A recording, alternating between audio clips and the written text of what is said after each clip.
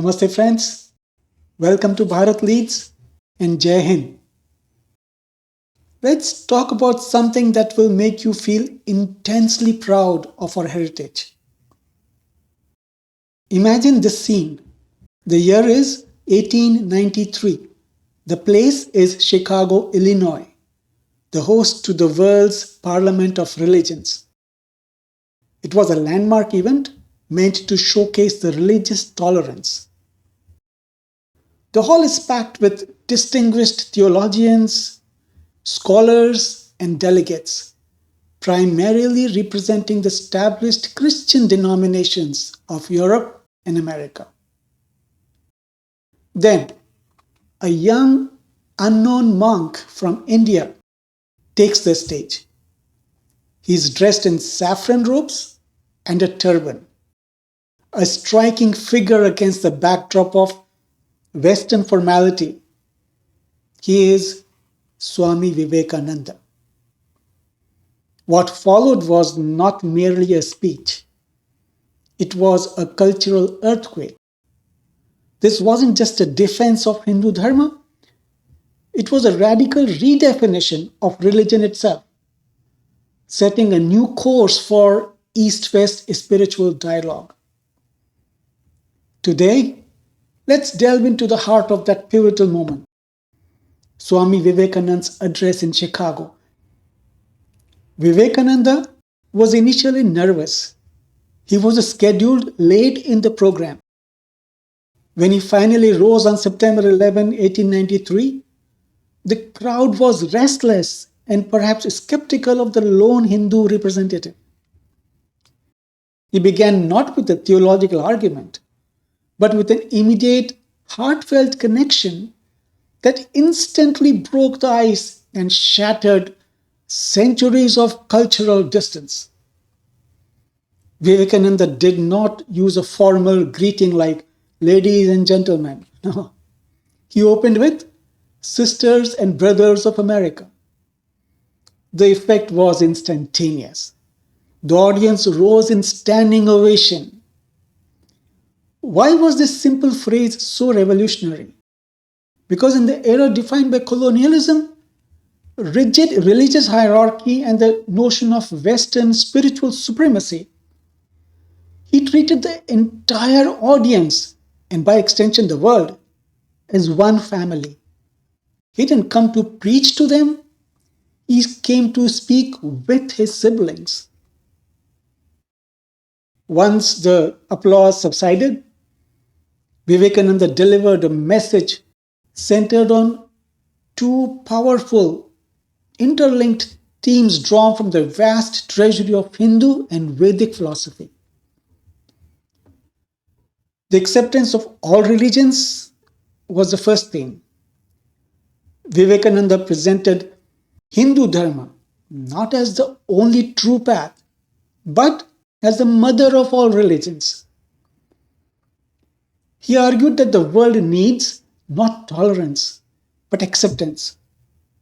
Tolerance implies a grudging allowance of something wrong. Acceptance celebrates the truth in all faiths. He visualized different religions as different radii pointing toward the same central truth. As a second theme, Vivekananda brought the core philosophical tenet of the Upanishads, Advaita Vedanta, to the modern world. He taught that religion is not about belief in doctrines or rituals, but about realization. The ultimate goal is to realize the inherent divinity of the soul, that the soul resides within every individual. The phrase Tat Tvamasi, which means you are that, became central. This meant that religious pursuit was not about seeking something external or fearing an angry God, but about unfolding the perfection already latent within you. Vivekananda's Chicago address was not just a theological lecture. It was a powerful catalyst for two major shifts that delivered the modern spiritual landscape. The first shift, I would say, was the Western rediscovery of yoga and meditation. Before Vivekananda, terms like karma, yoga, and Vedanta were largely unknown in the West.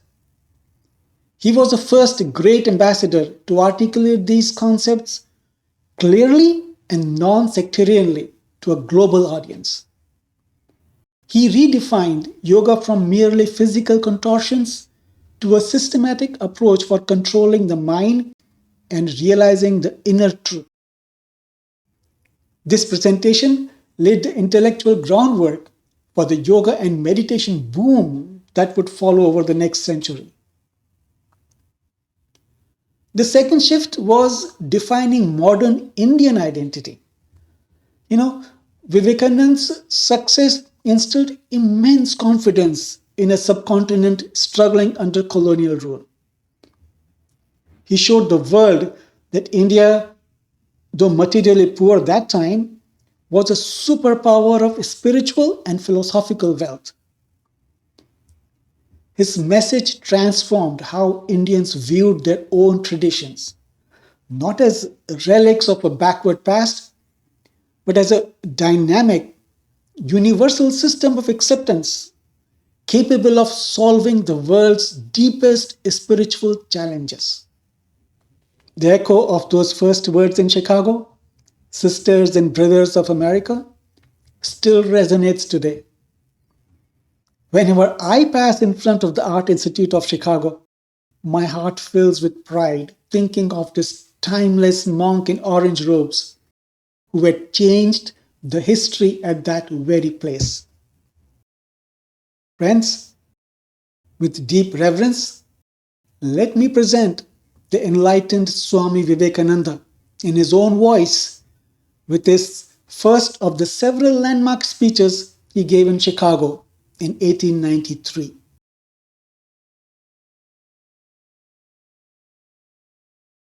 Sisters and brothers of America, it fills my heart with joy unspeakable to rise in response to the warm and cordial welcome which you have given us. I thank you in the name of the most ancient order of monks in the world. I thank you in the name of the mother of religions. And I thank you in the name of the millions and millions of Hindu people of all classes and sects.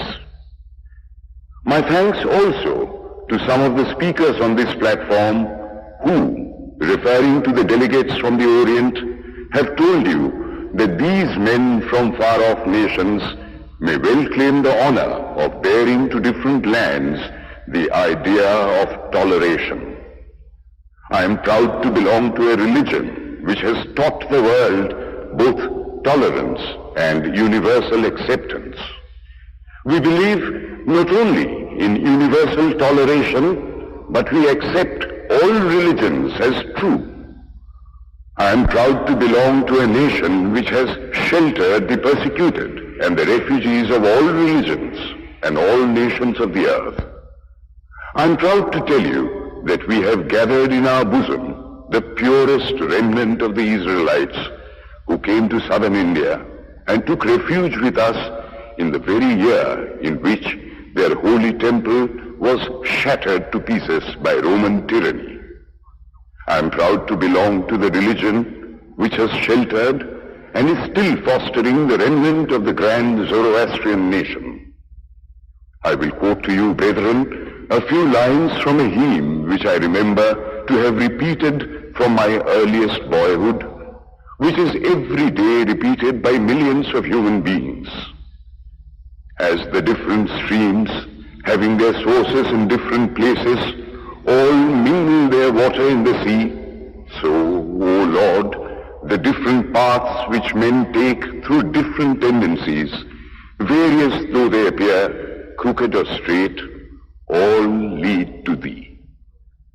The present convention, which is one of the most august assemblies ever held, is in itself a vindication, a declaration to the world of the wonderful doctrine preached in the Gita. Whosoever comes to me, through whatsoever form, I reach him. All men are struggling through paths which in the end lead to me. Sectarianism, bigotry, and its horrible descendant, fanaticism, have long possessed this beautiful earth. They have filled the earth with violence, drenched it often and often with human blood, destroyed civilization, and sent whole nations to despair. Had it not been for these horrible demons, human society would be far more advanced than it is now. But their time is come, and I fervently hope that the bell that tolled this morning in honor of this convention may be the death knell of all fanaticism, of all persecutions with the sword or with the pen, and of all uncharitable feelings between persons wending their way to the same goal. I hope you liked it. Please like, share, and subscribe. And until next time, thank you and Jai Hind.